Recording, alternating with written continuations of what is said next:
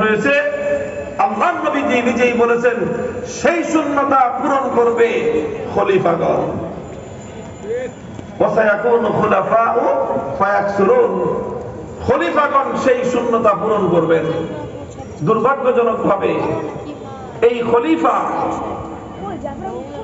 মানে হলো বাংলায় বলতে পারি সহজে নেতা, আর এই ব্যবস্থাটাকে বলা হয় খেলাফত, নেতৃত্ব, উম্মতের কাঙ্ক্ষিত নেতৃত্ব।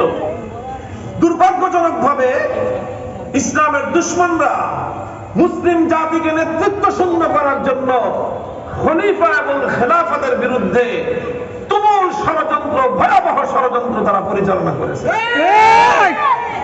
মুসলমানরা যেন খলিফা না বলে, মুসলমানরা যেন খেলাফত না বলে, এই জন্য তারা বিকৃত করতে করতে খলিফা বানাইছে তারা দর্জিরে। খলিফা কারে বলে বাংলায় জানো? দর্জিরে। দর্জিকে বলে খলিফা, আর বিয়ে পড়া বিয়ে খসায়ারে বলে কাজী। কাজী হলো ইসলামে বিচারককে বলা হয় কাজী।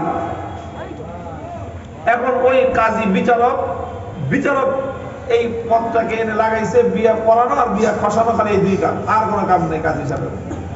অথচ কাজী মানেই তো হলো বিচারক।